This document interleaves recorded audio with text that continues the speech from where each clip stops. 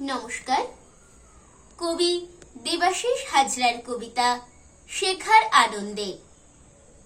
সরস্বতী মা গো, তোমায় সত্যি বলছি শোনো, তোমার পুজোর আগেই কুল খাইনি মা কখনো।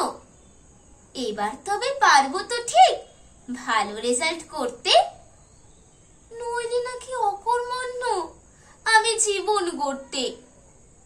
বিদ্যেবতী ভগবতী তোমার করুণা পেলে এগিয়ে যাব আমি নাকি সব বন্ধুকে ফেলে। বিনা পানি তোমায় বলি চাই না এমন কিছু, এগিয়ে যাব একা একাই রইবে ওরা পিছু। তাই তো এবার অঞ্জলিতে চাইছি এমন বর, ছেলেবেলার বন্ধুরা যেন না হয়ে যায় পর। সবাই মিলে চলতে থাকি নিজের নিজের ছন্দে, জেতা হারার ভাবনাতে নয় শেখার আনন্দে।